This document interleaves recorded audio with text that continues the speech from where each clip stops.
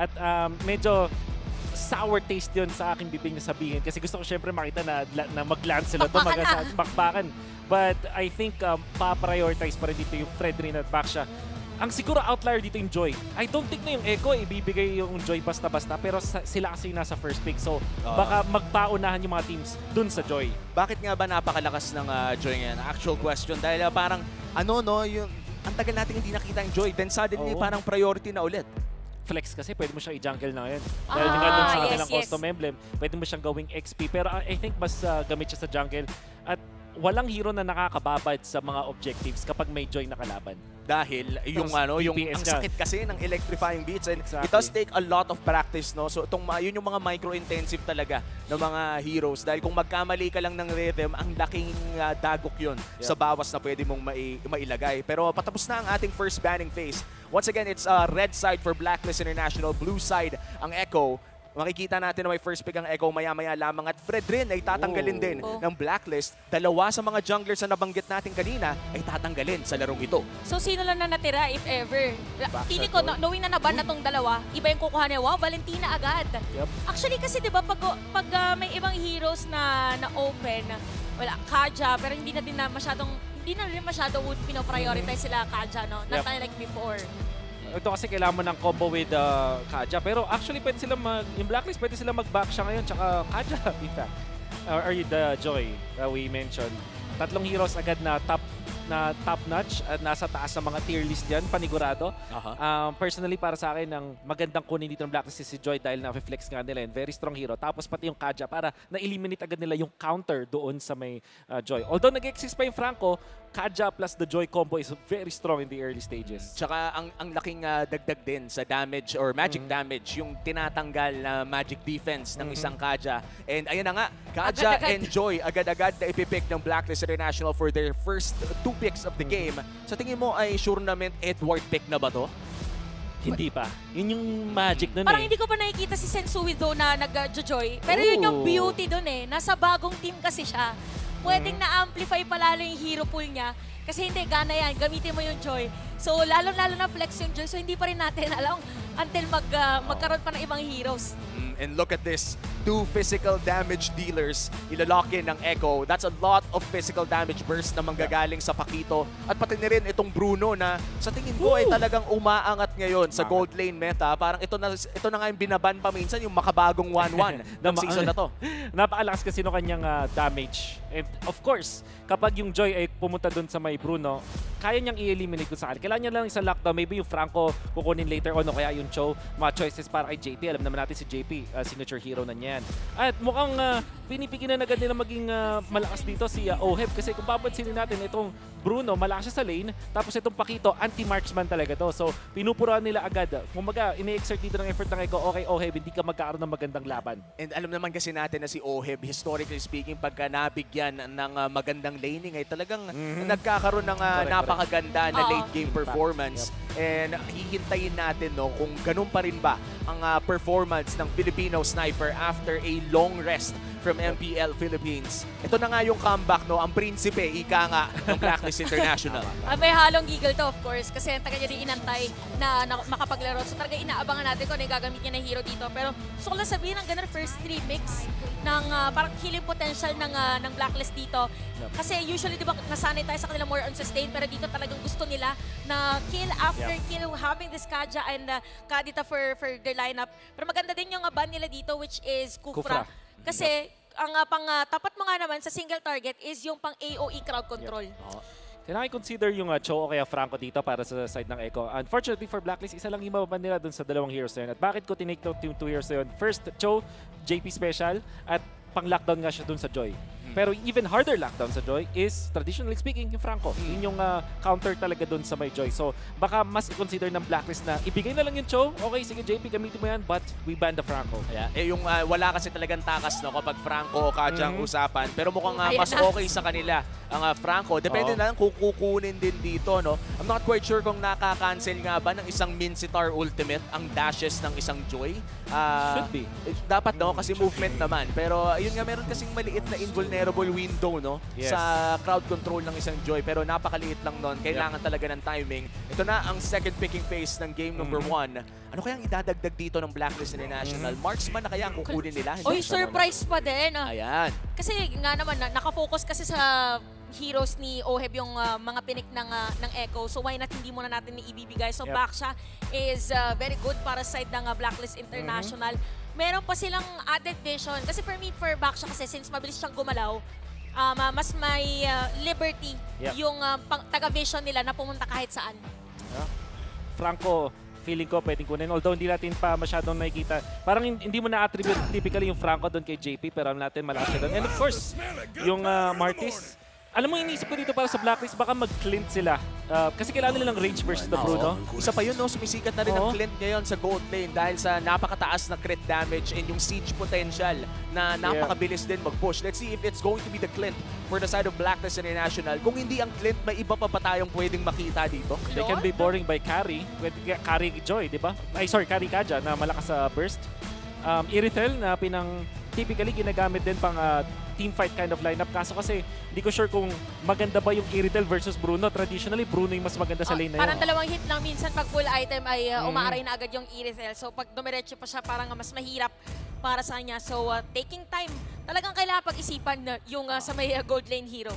Magiging mahirap din ang laban na to para kay Oheb. And I think it is going to be the Clint locked in for the side of Blacklist International, as you said, no, Wolf.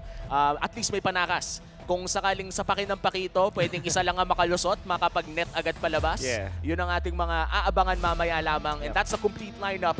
Makikita nyo ngayon for Blacklist International. Ang ating drafters, Coach Tek-Tak for Echo, Master the Basics for Blacklist International. Alam mo kung iisipin nyo ang lineup dito ng Blacklist International, matalagang pagdating sa first blood, mas mataas yung potential for them. Pero depende din sa may rotation ng XP laner. Kasi first blood potential meron din yung Pakito. So very crucial yung magiging initial rotation ng dalawang teams natin. Ano kaya mga prediction ng audience natin? No? Hindi ko alam kung ipapakita ba ngayon, pero panigurado ay isa ito sa mga, ayan, papakita. Ay! Secret lang. May trade. Oy! 50. Bakit nga naman hindi? First day natin eh. First day naman. First game. Anong tayo sa safe. Siyempre safe talaga. Anong data yung titignan natin kung mag-predict? Pero at least hati-hati, di ba? Hati-hati. Feeling ko buong season 50-50 yan eh. Buong season 50-50 para wala nang at para sa mga natin dyan mga nanonood sa bahay pati na rin dito sa venue. Watch out for the Smart Power prediction dahil at some point in the game may lalabas na poll at meron lang kayo up until the timer runs out to comment your prediction gamit ang hashtag na hashtag SmartPowersMPLS12. Isang lucky commenter who guesses correctly will win a redeemable in-game code. Tandaan, keep an eye out for the poll. At magsisimula na nga ang pinakaunang laban ng MPL Philippines Season 12. It's Echo versus Blacklist International. Mukhang standard ang ating start. Magpapatintero ang ating mga roamers. Dediretso lang muna sila pag nagkataon, tsaka more on vision ang kanilang gagawin. So again, for this one, yung mga instant kill is on the side of Blacklist International, having this kalitan. Na-miss natin si Haji na makita na naglalaro. Parang nostalgic, pero we're here. Yep. Tsaka hindi naman sa parang nalulungkot din ako na nawala si Yue, syempre. Bench lang ngayon, pero syempre maglalaro din yan in the future. But still nakakamiss na makita si Haji, no? Yep. Gusto ko i-take note na ang napili ditong mode ni Carteezy ay assassin mode. Nag-rapture siya. So, and of course, yung kanyang kinuha dito yung scaling spray. So, gusto niya maging active talaga in the early stages. Nakita natin sa ISF na yung mga Martis players, hybrid sila kung maglaro. Meron pa nga nagba-multi-essence at nag-tank build with the Martis. Pero ang choice ngayon ni Carteezy is to deal the damage. So, parang nga nangyari dito kasi diba pinag-usapan natin kanina for the assassins or pagdating doon sa mas pinabilis ba yung Echo Express, pwede ito yung sagot nila through the changes sa kanilang mga emblem. So abangan, medyo slow start muna para sa ating mga koponan.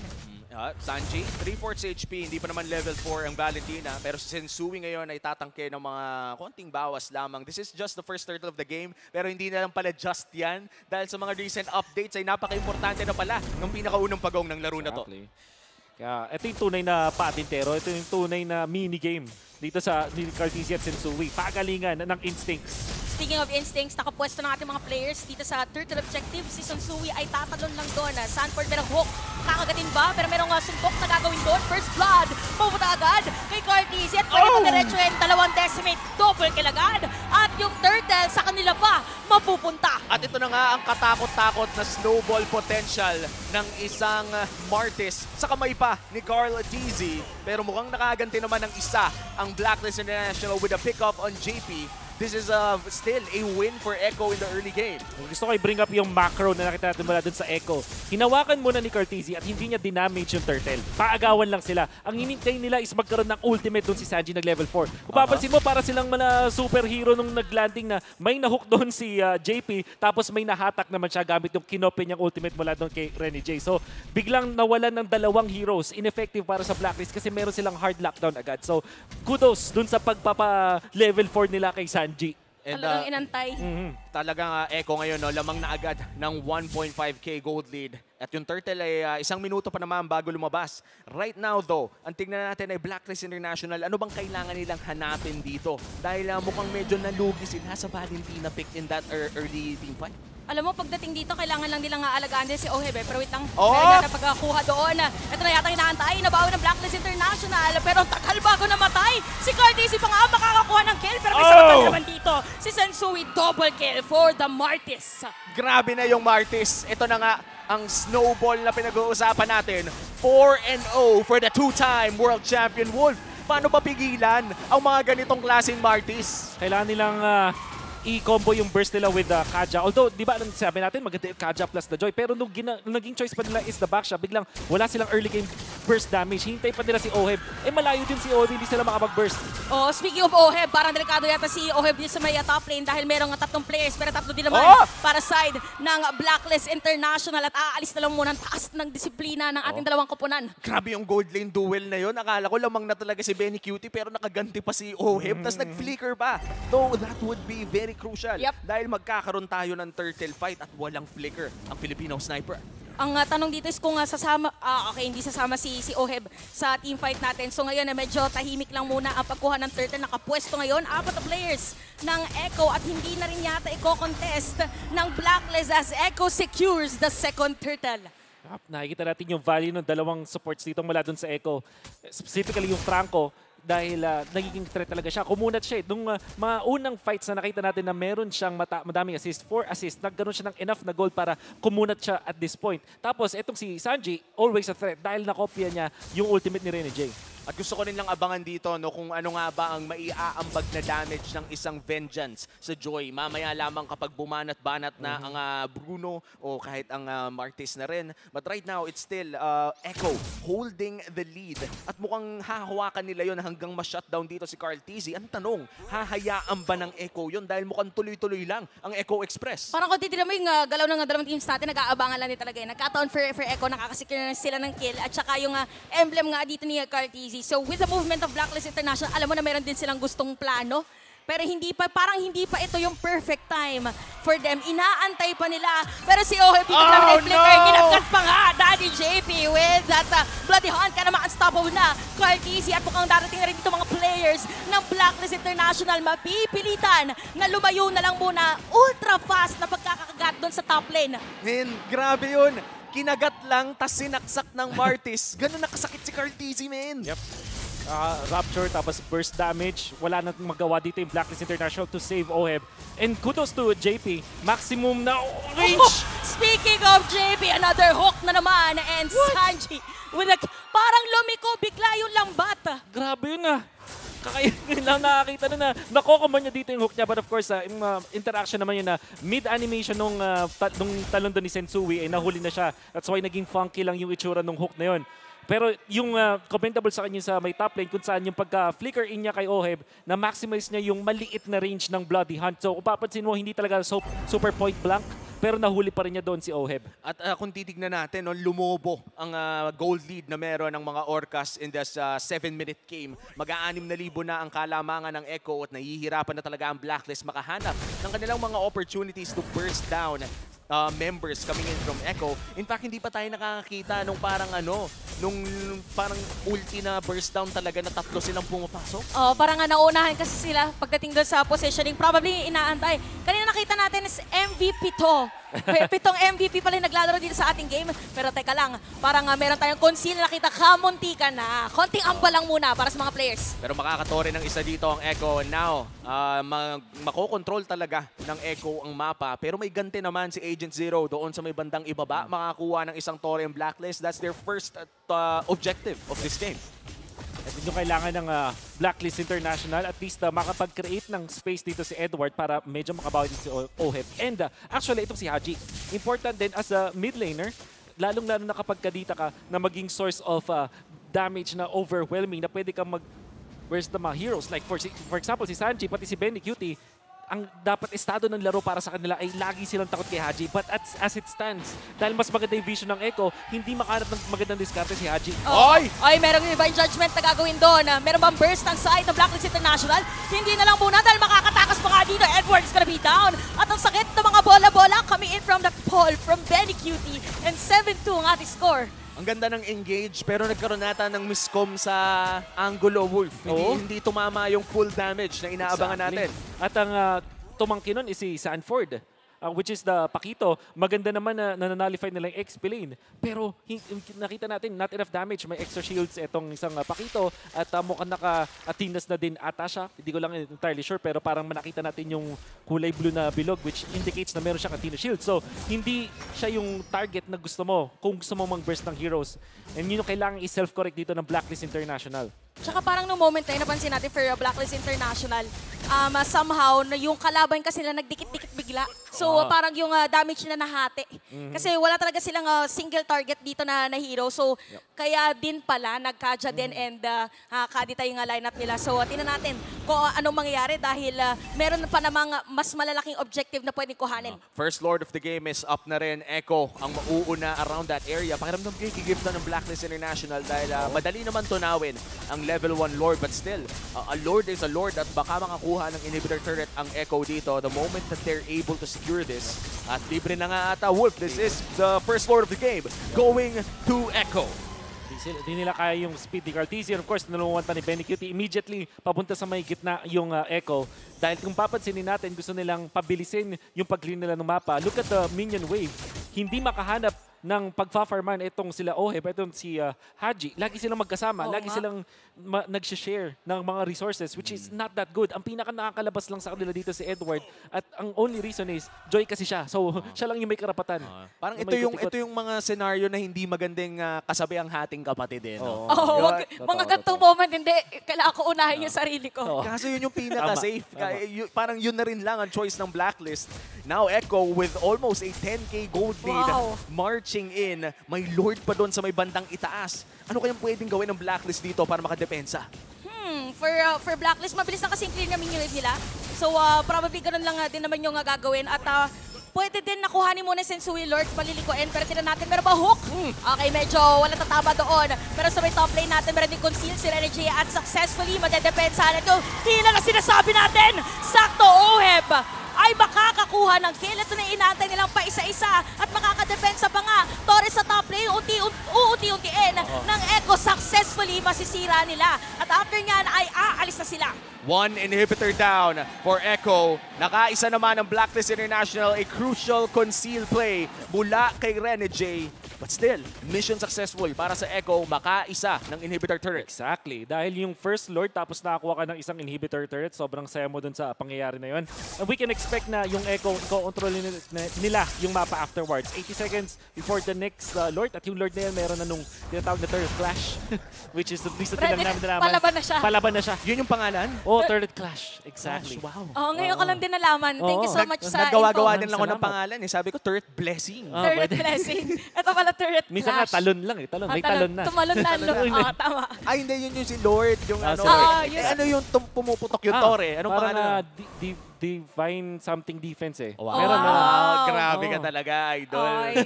Kaya that is a wolf for you guys. Iba. Hintayin natin yun maya-maya. Pero hindi pa kasi yun activated ngayon. Kaya naging madali para sa side ng Echo makapag-push doon sa may bandang itaas. Hindi tatama ang knockout punch. Pero JP nag-aarap ng flicker kagat! Napakagandang kagat naman yan. Edward, na kanila makukuha. Tapos mabipilitan na lumayo. Mga nakatake wakas nakauwi. So buhay pa rin ang mga players at pwede pang dumepensa ang Blacklist International. Pero sabi din ng Echo, parang more on pressure lang ang kanilang ibibigay. Yun yung parang pinagpawisan ka na yun sa mga movie. Oo. Yung dumaan yung papatay sa'yo, tapos nakahinga ka pa, nakapagtago ka sa locker. Oo, ay, locker. Tama. Tama, laging sa mga horror movies. But I think si Sanford, baka naka-advance yung kanyang camera doon. Minsan ganyan yung nangyari. Kaya hindi niya nakita. Pero syempre, Ohebar, sobrang saya na nakataka siya doon. But overall, Blacklist International, hindi magganon kaganda. Nakikita na natin na hindi na ganun kakunat. Ito si Edward, madali na siyang i-burst. And we did say na baka iba na lang yung Franco para mas maganda yung, yun kasi talagang hard counter dun sa Joy. But they opted to ban yung Cho. At na, pinuproof ni JP na hindi lang Cho yung kanyang signature hero. Napakaganda na performance siya with this Franco. Hindi lang pala pansipa. Pati rin yung Pangkain din. Pangkain din. Pambingwit. Ay, pero medyo delikado dito. Speak of bingwit, mukhang meron tayong mabibingwit. Ginamit yung flicker, hinahabol. Dito si Rene J. Meron din naman time ang Echo, Cyclone Icon C. Lahat ng gagamitin, kakapitan. At ang ibon ay lilipad pa rin. Okay, Ayan na. Eto na. 2 seconds. 2, 1. Sanford, masasalisihan na And naman. Rene J is alive! Kamunti ka na, nakatakas na. 2 beses nang nasalisihan si Sanford, pero 10,000 pa rin ang lamang ng Echo. It's gonna take more than that for Blacklist to come back from this game. Isang malupit na depensa. Gusto ko lang Yan ang kailangan nilang gawin. Gusto ko lang sabihin, sobrang intense na laban Sobrang natin. intense. Importante lahat, pati pag-TP, Pag-TP. inaabangan natin. The most intense TP of all time. Kasi 4-5 yung humahabol sa'yo. Talaga importante. Speaking of importante, Nako po. meron namang hook para dito kay JP. Si Sensiu yung magiging target nila. Ginamit ang Aray! Glory of the World. Tapos sarado mo pa with a decimate. Pero may bawi na din naman. Si Haji, the KDA machine, tries to defend their pace. Pero sabi dito ni Edward, papasok lang din with those electrifying beats. At ginamit na rin. Ay, ayun! Ayun Pero may lang! bawi, dumedefensa pa rin. Pero Base story, lock! mapupunta sa Echo. This winning moment is brought to you by our official sponsor, FWD Life Insurance. It's going to be Echo taking game number 1 with a dominant 10K gold lead. Naging maganda man ang mga plays ng Blacklist International sa bandang dulo. Naging too late na. Yes, and for Echo, yung sinabi natin kung mabilis ba yung Echo Express, talagang malapi-tupi yung kanilang Malapi-tupi. from base to base ang nangyari dahil dire-diretso nila at napakaganda rin naging performance. Yung addition dito ni JP, pinatunayan niya na yung kanyang vision, yung setup ay nandoon. At ang ganda din ng mga nakita natin mula sa laning ni Benny Cutie, hindi pa rin pumapalya, ganun pa rin talaga ang bagyo.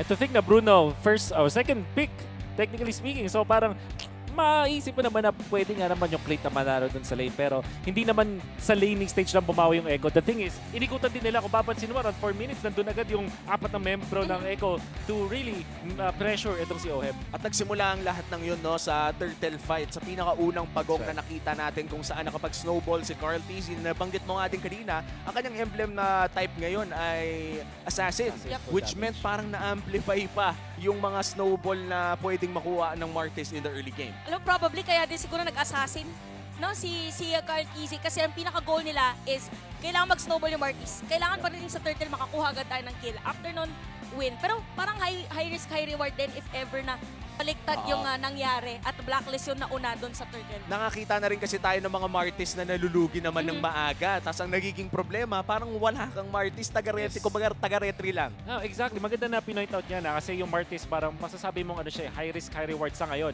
Especially dun sa build na ginawa ni Carl Tizzy na focus dun sa may damage.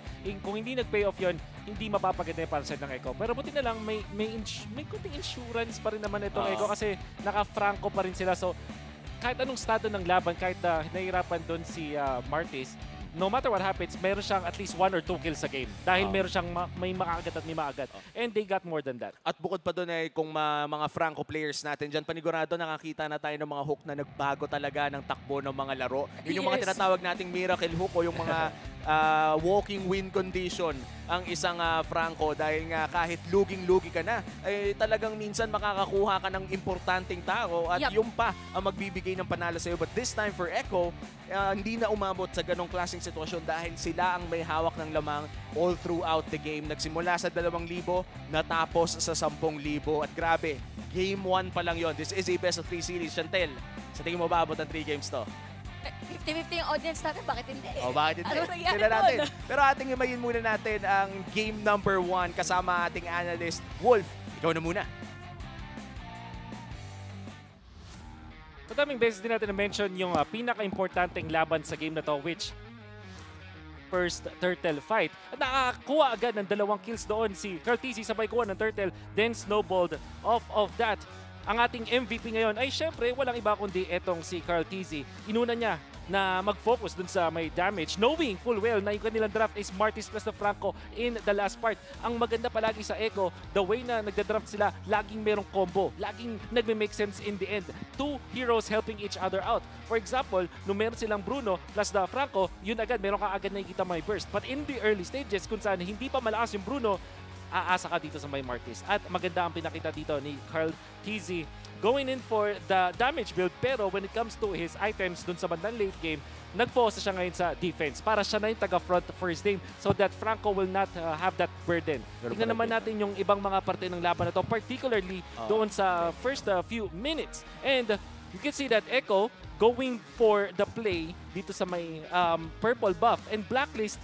Ang kanilang nag-go doon is si Sanford at hindi pa nga namatay si Sanford afterwards. Nakikita natin yung lack of damage para sa ng Blacklist International. And maybe this is because pinili nilang mag-back siya pa. Nung kinuha nila yung Joy tsaka yung Kaja, meron ka na dapat na problem when it comes to dealing the damage from your XP lane. Di gaya nandito sa Echo na alam natin mataas ang damage agad ng isang Pakito, kaya agad makapag-burst. And when it comes to Kaja, Joy, and Baksha, papansinin natin, Kaja, ang gusto niyang kapartner palagi, mga burst heroes. Joy, tsaka itong Baksha, medyo nasa damage over time. Ibig sabihin, sustained pa yung damage. Hindi sila yung isang burst agad ay makaka-eliminate na isang hero. At yun ang kulang doon sa composition dito ng Blacklist International. Para naman doon sa Echo, ang pinaka-commendable para sa akin, which I think is the main key to victory kung ba't sila nanalo, is kung paano nila pinlano yung turtle fight. Ang ginawa nila dito, hinawakan ni Cartesi yung turtle, hindi mo na dinamage at hindi binigay din yung aggro doon kay Sensui habang hinintay nila si Sanji na makapwesto at makakuha nung kanyang ultimate. Once he was able to get the ultimate na nakita natin na cooldown reduction pa pala siya dito, ang naging effect nito para sa side ng Echo is meron silang 2 hard CC. So, meron kang hatak at meron ka ng Kaja ultimate, which is very important sa mga turtle fights. Imagine kung nagkaroon nga ng 50-50 dun sa ating jungler na nung time na yun ay pares naman sila ng levels, hindi makakaporma doon yung Baksha. Kahit anong gawin niya dahil kinagatan nga siya nung ultimate ni Kaja, hindi siya makaka-retreat. That's why Echo really won that fight. At to think na dalawa yung hard lockdown nila with the Iron Hook tapos meron ka pang Kaja ultimate, hindi nakakilos yung side ng Blacklist International. Nakita natin na effectively na-nullify yung 2 heroes ng Blacklist International dun sa first turtle fight. At nung nakaramdam yung Echo bilang mga killer whales talaga, nakaramdam sila na pwedeng lang gamitin yung kanilang killer instincts, dire-diretso din silang nag-snowball. Hindi nila pinahinga yung Blacklist International. Rotate agad dun sa may top lane. 4 kills agad ang ambag ni Cartesi in the early stage. Napakahirap ng solusyonan, especially dahil sa lack of damage doon mula sa side ng Blacklist. At grabe talaga yung problema na pinakita ni Cartesi in that game dahil nga nakakita